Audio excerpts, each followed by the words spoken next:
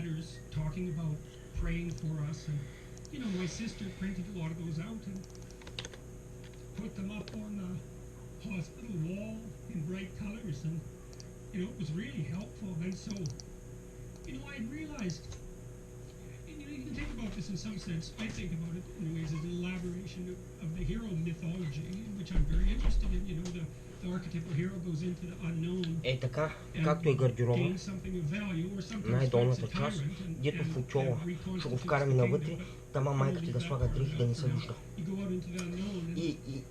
Защото аз мерих стената между гардероба и Танината стая е тънка и зато и отвънка ще има две дупки. Аз съм накарал на касата да пробият и с стената ще ги фаним. Ти с твоята бургия ще пробиш касата долу една дупка и като я сложим е така, ще я фаним за стената и долу за дъното и няма мръдни. Само, какво ще ти кажа? Само нашо какво ще направим? Като ги сложим и така дупките, ще ги фиксираме на стената с фломастер, да можем да пробием за дюбела, да вкараме дюбела. Ти имаш, защото ще се убием и да въртим. Ти имаш оно и дзззт. Аз, моята каса като я слагах, се убих, аз нямам такова нещо. Те на ръка въртях, направо ми се откачи ръката, отдет го завия. А пак то с той твоето дззт, ще е бързо. Не знам, дюбелите и винтовите са и такива големи. Ще му и да влезе, нали? Ще влезе.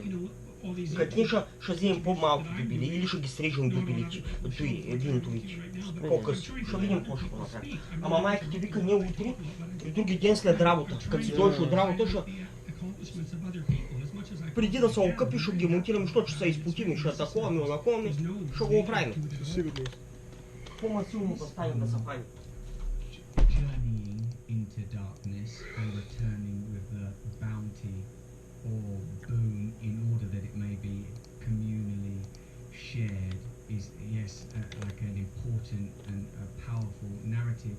Do you think that we are somewhat politically bereft when in the narrow spectrum of countries such as the United States there is a heavy focus on individualism wherever you might fall in that admittedly narrow spectrum, i.e.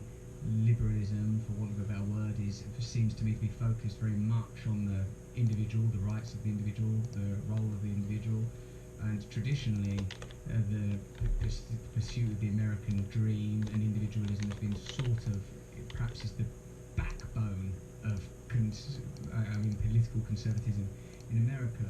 Do you think this kind of dearth of real communal values is a strong or even governing factor in this kind of political nadir, America in particular, but the world seems to be experiencing?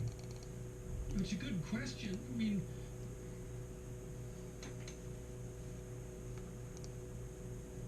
I do think in the West that if we go back to the fundamental hero mythology, the hero story, is that the romantic emphasis is often placed on the journey outward and the heroic encounter, and not so much on the return home and the distribution. And each of those are equally important. Clearly, I mean, if you find something valuable and then you can share it with other people, obviously that multiplies the value. And I do think that you're right, that the liberal message has emphasized the individual element of that and comparatively de-emphasized the other element, but I don't see anything really nefarious in that fundamentally. I think it isn't obvious that we know how to do that. I can give you an example, okay? So, well, I've been talking to people like Bjorn Lomberg and Matt Ridley and Michael Shermer and who else would fit in that category? Steven Pinker.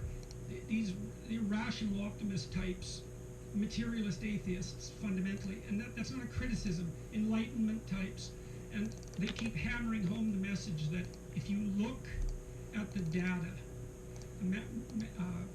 Marian Tupy has written a beautiful coffee table book showing this. It's 10 trends that every educated person should be aware of, and then a bunch of micro trends.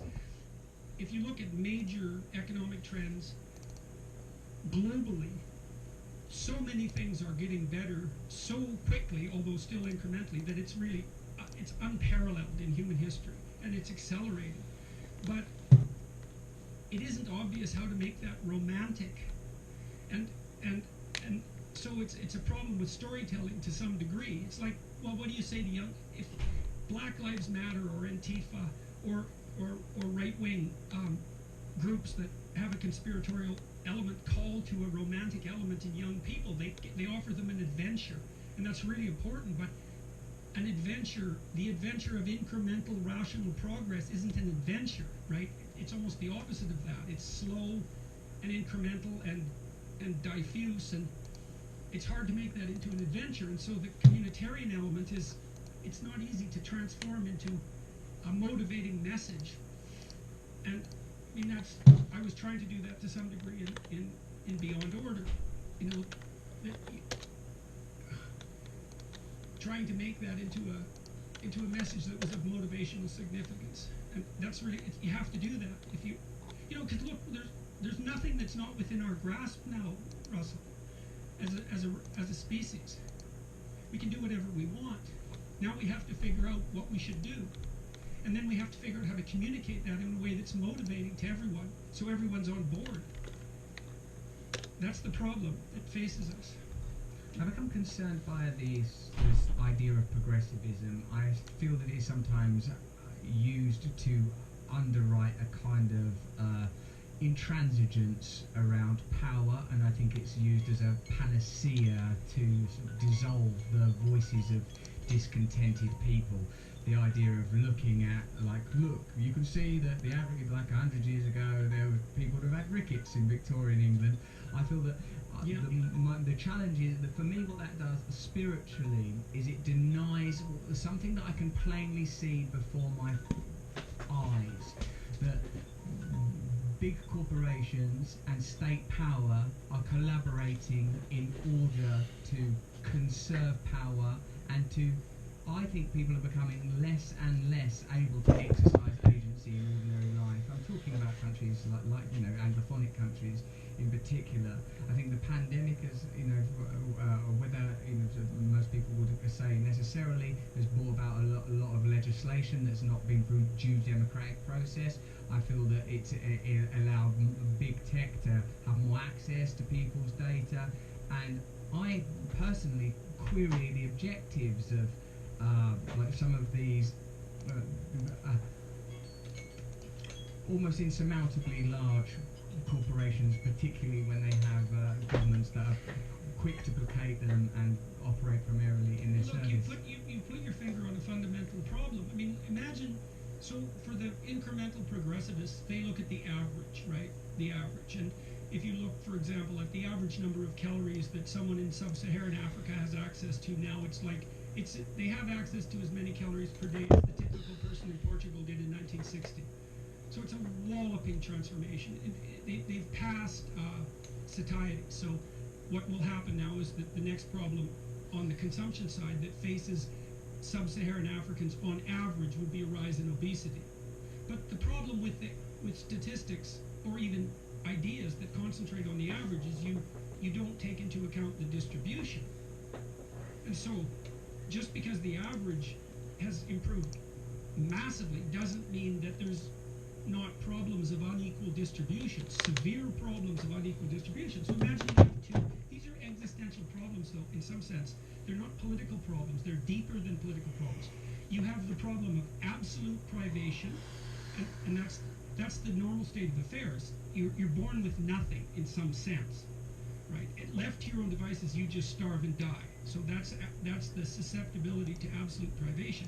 And then the second problem is the susceptibility to relative just don't believe that it's 34. And those are both big problems. Just got rid of 15. And so the 15. optimists say, well, look, we're really, really solving the problem of absolute privation. And they say, well, every day 200,000 people in the world are lifted out of the UN's definition of abject poverty. So maybe they slide from $1.90 a day to $2.10 a day. And that's to be celebrated, but then at the same time you can say, well, yeah, but they're still living on $2.10 a day. And both of those are right simultaneously. Like, it is something worth celebrating, but it's also, it doesn't, there's still the lingering problem of relative deprivation. And when you hear everybody rattling about inequality, that's why.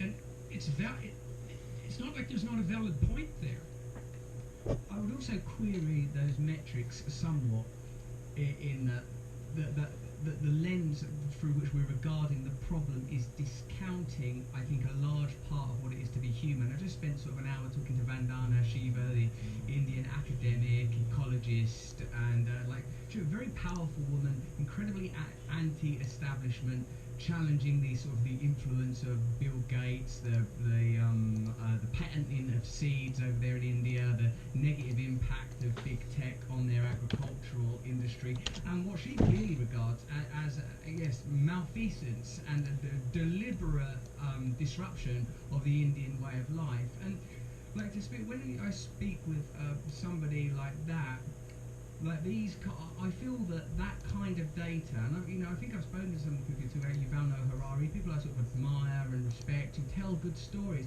I feel that those stories are promoted because they can be used to underwrite the myth of progressivism, because materially, scientifically, medically, there have doubtlessly been so many incredible advances. And I think that what we neglect is something that seems to me you're very interested in, our spiritual evolution, our personal awakening. And like as you said a moment ago, Jordan, the fact is we could imagine and dream and create all manner of systems into being, and what we are prohibited from imagining, what we're prohibited from creating, it frustrates me, but both from...